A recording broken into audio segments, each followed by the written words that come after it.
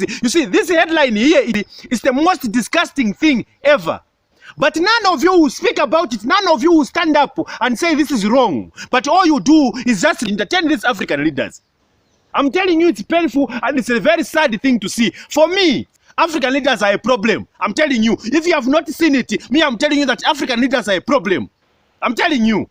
Eh? You make people, African leaders make people fight for nonsense. It's a shame, I'm telling you. Eh? African leaders will sit, organize their own fellow people so that they kill one another. That's what African leaders do. African leaders divide their own fellow African people. They divide them. That's what African leaders do. That's what they are good at. Eh? The whole continent is struggling up to now, but yet you claim to have the richest minerals, the richest water, the most beautiful places, but you are failing to use them. You cannot think as African leaders. There are people that count on you to better their lives. In case you did not know, there are people that count on you people in those offices to better their lives. Eh? Every day we should be crying because of African leaders. What is wrong with you African leaders? Eh? Nigeria, basic, end size. It's an African leader who made that system.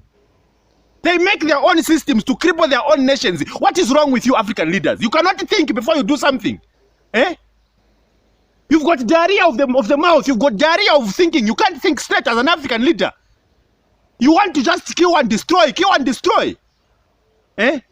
Where are others going to settle? Where are others going to be if you behave like that now? African leaders, what is your problem? It's a shame. I'm telling you, it's a shame. It's a shame for you African leaders. Eh? Your nations are struggling. They are poor. They are filled with poverty. Your nations, they are struggling up to now. You don't have better places. But you can't think of ways and means of safeguarding your own things and improving your own systems. You can't.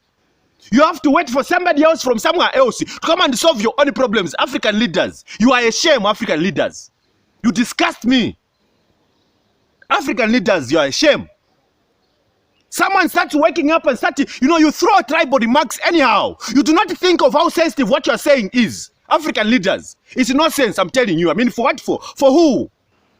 Eh? For how long are you going to divide your own people? For how long, African leaders? No, it's very painful, I'm telling you. Eh? You are busy complaining, no, when the white people came to our African country, they stole our minerals. What about now? Why is it that these people are still able to get minerals for free and take back to their countries? Where are our African leaders? What good are they serving, in safeguarding Africa as a continent?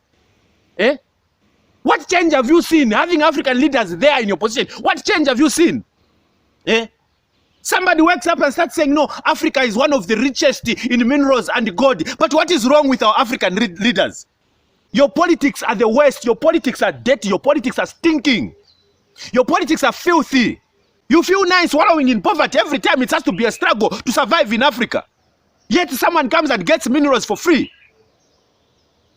People are amazing. People are making wealth from Africa. But why can't Africans do the same? Why? Why is it so difficult for an African person to really make it in Africa? I have to move out of Africa to make it somewhere else. It's nonsense. I mean, for what? For who? Eh? It's a shame. You elect leaders, you put leaders in power so that they can make way for you. But the same leaders are the ones that are stealing from you. The same leaders are the ones that are abusing you. The same leaders are the ones that are arresting you. It's nonsense, I'm telling you. They're even killing you, for that matter. African leaders are a shame. I'm telling you, they're a shame. I hope and trust and pray that you see this message and it should sink into you and you think about yourselves. You're not being fair. You're not fair people. You have been failing to handle matters of Africa for a very long time, and it's high time you wake up and become.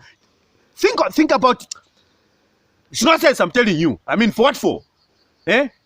African leaders have been failing to handle their own matters. Why? Why are you failing to do that as Africans? Eh? You have been failing to make even the last person survive, African leaders.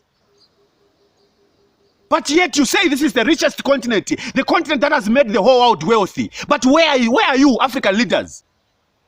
African leaders are a shame. And you know yourselves very well that you are a shame.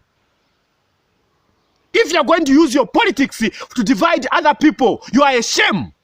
You are the most nonsense and useless person I've ever come across. I've ever known.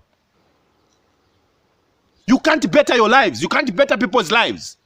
But yet you go to cry to them when you want to be in power. It's nonsense, I'm telling you, as African leaders. May God whip you in your sleep.